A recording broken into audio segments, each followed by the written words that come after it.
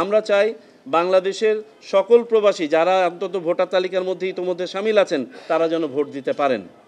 So উনি প্রার্থী দেখতে পাবেন অনলাইনে, দেখে আপনি ওই সিম্বলে উনি ভোটটা দিবেন। আপনারা জানেন ইতোমধ্যে মাননীয় প্রধান উপদেষ্টা আমাদের নির্বাচনের ব্যাপারে সুনির্দিষ্ট একটা সময় ঘোষণা করেছেন। সেটার আলোকে আমরা আলোচনা করেছি যে কত তারিখের পর্যন্ত ভোটারকে আমরা সন্নিবেশ করতে পারবো। আপনারা জানেন যে ভোটার তালিকা আইনেও আমরা সামান্য সংশোধন প্রস্তাব করেছিলাম, যেটা আমাদের উপদেষ্টা পরিষদ অ্যাপ্রুভ করেছে।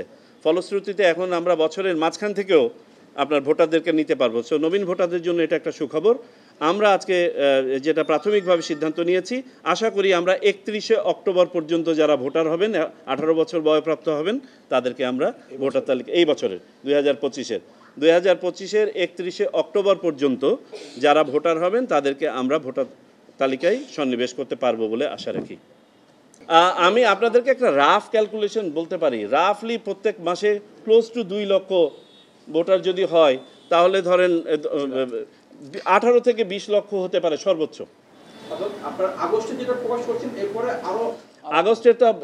আগস্টে যেটা প্রকাশ করছি এটা হচ্ছে বাদ পড়া ভোটার।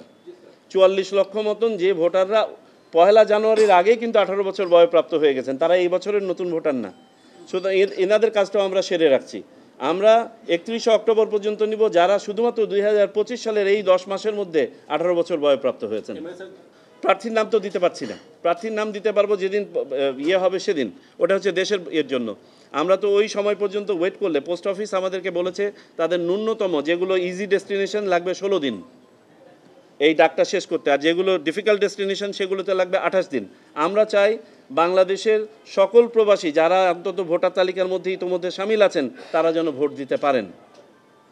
তো সবাইকে যদি আমরা করতে যাই, আমাদের ধরেন 3 বা 4 সপ্তাহ আগে তো হয় আপনার সিম্বল অ্যালোকেশন, ততদিন পর্যন্ত আমরা ওয়েট করতে পারছি না। তার আগে আমাকে পার্সোনালাইজেশন করতে হবে, তার আগে আপনার এই ব্যালট পেপারগুলো ছাপাতে হবে, তার আগে আমাকে রেজিস্ট্রেশন সম্পন্ন করতে হবে। সো আমাদেরকে রেজিস্ট্রেশনটা অনেক আগেই সম্পন্ন করতে হবে যারা বাইরে থেকে ভোট দিতে চান। এমত অবস্থায় তাদেরকে শুধুমাত্র আমরা সিম্বল সহ এবং সিম্বলের নিচে সিম্বলের নামটা লেখা থাকবে, প্রার্থীর নাম লেখা থাকবে না।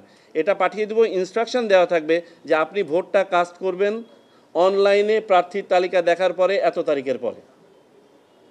সো উনি প্রার্থী দেখতে পাবেন অনলাইনে, দেখে আপনি ওই সিম্বলে উনি ভোটটা দিবেন। আমরা ধরে নিচ্ছি, ধরেন বর্তমানে আমাদের 51-52টা রাজনৈতিক দল আছে যারা নিবন্ধিত। আমরা ধরে নিচ্ছি আরও কিছু রাজনৈতিক দল নিবন্ধন পাবে যারা অ্যাপ্লিকেশন করেছেন, তাদের মধ্যে যারা কোয়ালিফাই করবেন। তারপরে আমরা হিসাব করেছি যে প্রত্যেক আসনে যদি আমি 10টা করে ওই ইন্ডিপেন্ডেন্ট ক্যান্ডিডেটের জন্য আপনার সিম্বল রেখে দিই, এই রাফলি সংখ্যাটা যদি আমি এর মধ্যে রাখতে পারি এপিট ওপিট করে, তাহলে পারে এটা মোটামুটি সব এসে যাবে।